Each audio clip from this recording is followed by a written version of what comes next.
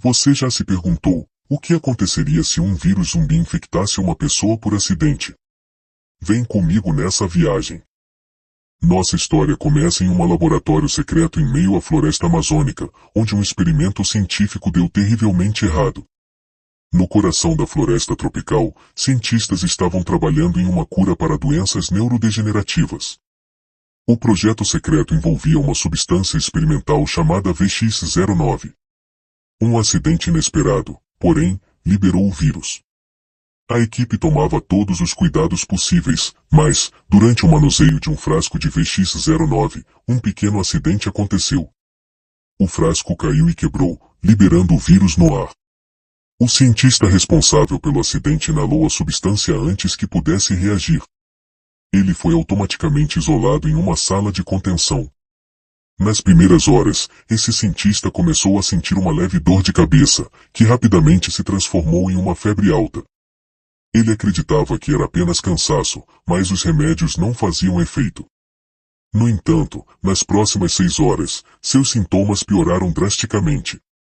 Ele começou a suar profusamente, sentiu náuseas e, eventualmente, começou a perder a consciência. Após 12 horas, ele já não conseguia ter forças para ficar acordado e seus sintomas começaram a piorar, com novos sintomas surgindo. Seus colegas, preocupados, aumentaram as doses dos remédios, na esperança de conter tudo isso. Dentro de 18 horas, o cientista entrou em coma. Após 24 horas, esse cientista começou a se transformar. Seu corpo convulsionava violentamente. Seus olhos ficaram vidrados e sua pele começou a adquirir um tom acinzentado. Quando ele finalmente acordou, não era mais o mesmo. Ele atacou violentamente a enfermeira que estava monitorando seus sinais vitais, mordendo-a, e foi aí que tudo começou a decair. Nos dias seguintes, a infecção começou a se espalhar rapidamente dentro do centro de pesquisa. Funcionários foram atacados e infectados, e em questão de dias, dezenas de pessoas já haviam se transformado em zumbis. A situação ficou fora de controle, e as autoridades locais foram acionadas. A cidade não estava preparada para o que estava por vir. As autoridades inicialmente subestimaram a gravidade da situação, tratando os primeiros ataques como casos isolados de violência. No entanto, à medida que o número de desaparecimentos e ataques crescia, ficou claro que algo muito mais sinistro estava acontecendo. A primeira semana foi marcada pelo caos absoluto. Os militares foram chamados para estabelecer uma quarentena, mas muitos infectados já haviam escapado. Barricadas foram erguidas nas principais estradas, mas o vírus continuava a se espalhar. As pessoas entraram em pânico, correndo para supermercados e farmácias em busca de suprimentos. Os hospitais ficaram lotados e os médicos lutavam para salvar vidas, sem saber como tratar a infecção. Muitos médicos e enfermeiros foram mordidos, e em questão de dias, os próprios hospitais se tornaram epicentros da infecção. Enquanto Manaus tentava conter a infecção, refugiados desesperados fugiam da cidade, levando o vírus para outras regiões do Brasil. Belém e Boa Vista foram as primeiras a relatar surtos semelhantes.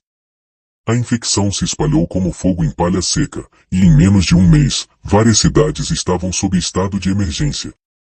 Governos estaduais tentaram coordenar uma resposta, mas a comunicação era difícil e as ações muitas vezes descoordenadas. A população, já assustada, começou a perder a confiança nas autoridades. Nas grandes metrópoles como São Paulo e Rio de Janeiro, as pessoas começaram a se preparar para o pior. Barreiras improvisadas foram construídas, e a polícia e os militares patrulhavam as ruas.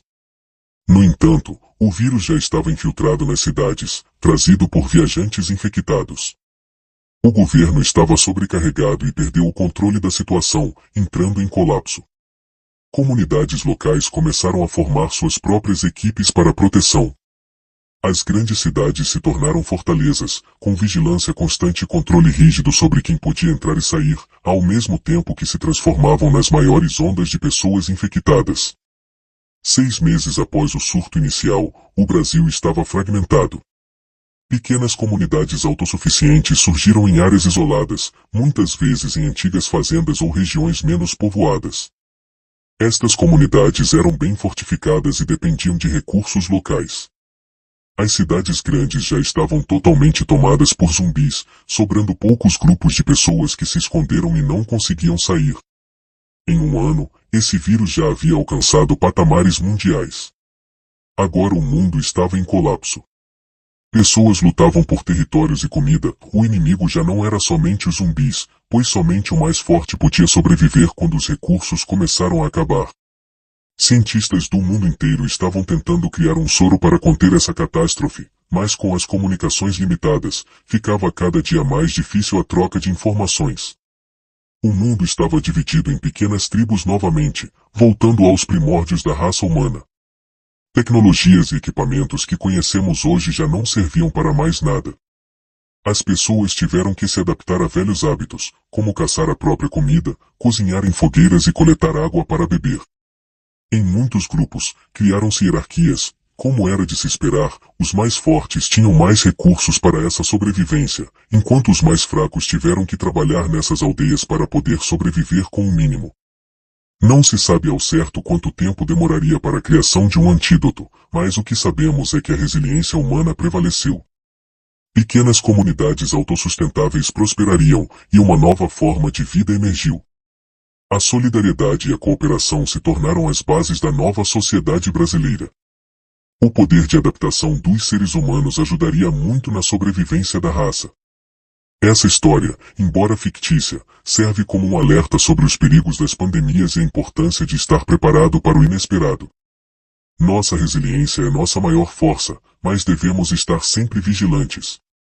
Se você gosta desse tipo de conteúdo, deixa aquele like pra gente, se inscreva no canal e ativa o sininho, não custa nada. Muito obrigado, sobreviventes apocalípticos, e até a próxima.